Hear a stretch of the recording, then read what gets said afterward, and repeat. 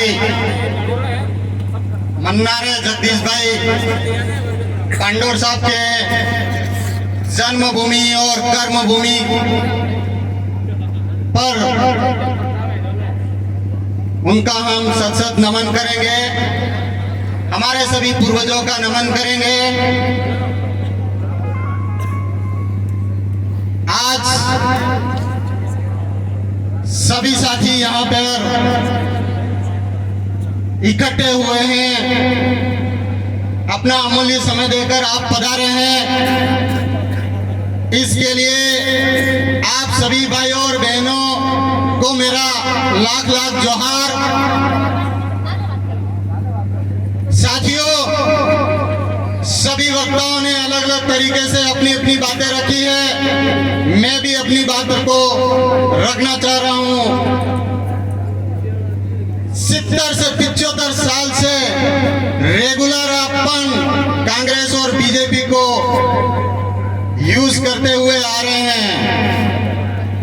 कभी कांग्रेस के एमएलए को जिताया, कभी बीजेपी के एमएलए को जिताया, किसी को 5 साल रखा, किसी को 10 साल रखा और किसी को 15 साल भी रखा है, जैसे कि बाबूलाल जी जैसे को 15 साल भी रखा है। रखा है कि नहीं रखा है?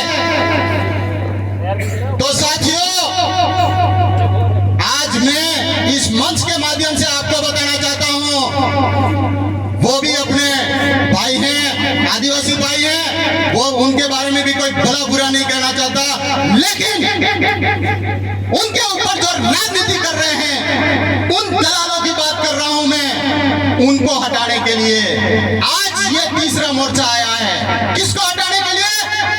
अपने ही भाइयों के ऊपर, अपने ही भाइयों का मानसिक गुलाम और मानसिक संतुलन बिगाड़ के उनको अपने ऊपर राजनीति कर रहे हैं। कौन कर रहा है ये अच्छी तरह से जानते हैं आप। कौन कर रहा है? अब भी अगर इस बार पावर ये बाबूलाल जी अगर एमएलए बनते हैं तो कौन आएगा इस जादव के बीच में? 20 आके बैठेगा। कौन बैठेगा? पवार सिंह पवार आके बैठेगा इस जादव के 20 आके बैठ जाएगा। और अगर कांग्रेस का एमएलए जीतता है तो इस जादव के 20 आके कौन बैठेगा? रामजी गाडरी आके बैठ जाएगा।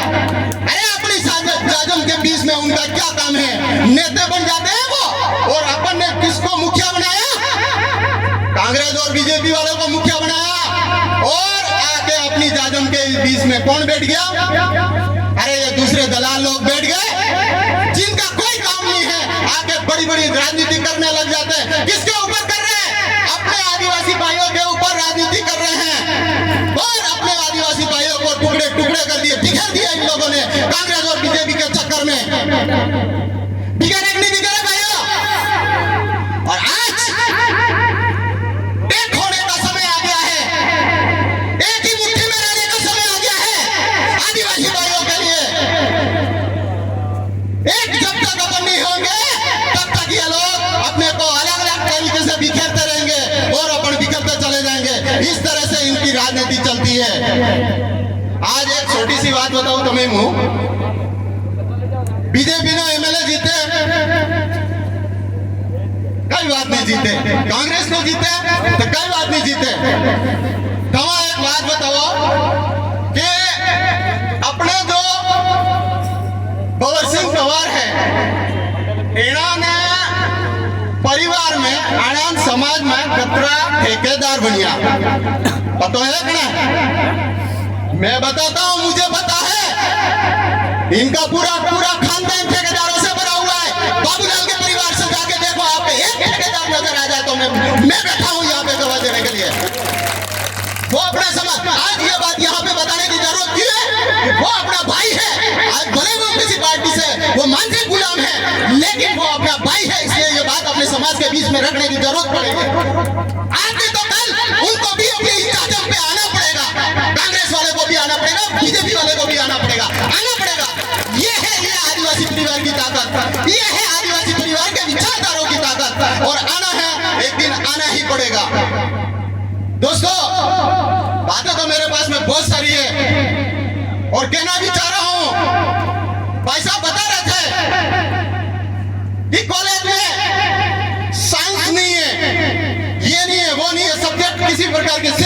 सिवा कुछ नहीं पढ़ाया जाता है। अरे कहां से ये एमएलए जो बनाते हो आप लोग, एमएलए बनाते हो, वो कहां से मांग करेंगे? जब इनको ज्ञान हो तब ना, ये पढ़ाई खुद ही ने करी हो तब मांग करेंगे ना। करी है क्या ये एमएलए? आपका यहाँ का स्थानीय में एमएलए की दावेदारी करके प्रत्यक्ष बन के घूम रहा है कांग्रेस की। हीरालाल जी दरांगी नबी फेल है, और बाबूलाल जी, और जो बाबूलाल जी है वो 11वीं फेल है। पता नहीं वो 11वीं ले रखा है, मेरे हिसाब से तो 10वीं फेल है वो। तो फिर आप बताओ, आप किसकी आस लेके घूम रहे हो? किसकी आस लेके आपकी कॉलेज के अंदर सब्जेक्ट मांग रहे हो, साइंस मांग रहे हो, मैथ मांग रहे हो? कहां से आ जाएगी? कहां से आएगी? आ सकती है क्या? अरे जो कॉलेज पढ़ा हो उसको ज्ञान होता है। और आज अपने दिनेश पांडे बीएड है भाई साहब, इसको पता है, इसको पता है कौन सी कॉलेज के अंदर, कौन सी स्कूल के अंदर कौन सा सब्जेक्ट पढ़ाइए। तब तक ऐसे शिक्षक व्यक्ति को अपन विधानसभा में नहीं लेके जाएंगे, तब तक आप बताइए आप कैसे अपने शिक्षा के प्रति विरोध कर पाओगे? कर पाओगे क्या? तो इस तरह से अपने साथ में ये लोग नहीं चाहते हैं कि अपन कोई डॉक्टर बन जाए, कोई किसी भी प्रकार से कोई अधिकारी बन जाए, ये इस तरह से नहीं चाहते हैं ये लोग। इसलिए ये एमएलए अंतर खड़ा करते हैं। इस बात को समझना होगा आपको, इस बात को समझना होगा। एमएलए अंतर खड़ा करने का मतलब यही है कि इनको किसी भी प्रकार की मांग नहीं रख सकता, क्योंकि इनको तो खाली लिख के दे देते हैं, लिख के कि आपको विधानसभा के अंदर ये बोलना है, इसके सिवा कुछ नहीं बोलना है भाई साहब। बस इसके सिवा कुछ नहीं जानते हैं, जो लिख के देते हैं ना वही पढ़ सकते हैं, इसके सिवा इनके अलावा कुछ नहीं पढ़ सकते, नहीं मांग कर सकते। ये मैं कह रहा हूं इनको। ठीक है दोस्तों, आगे और भी वक्ता हैं वो सारे, और आगे ज्यादा नहीं कहना चाहूंगा।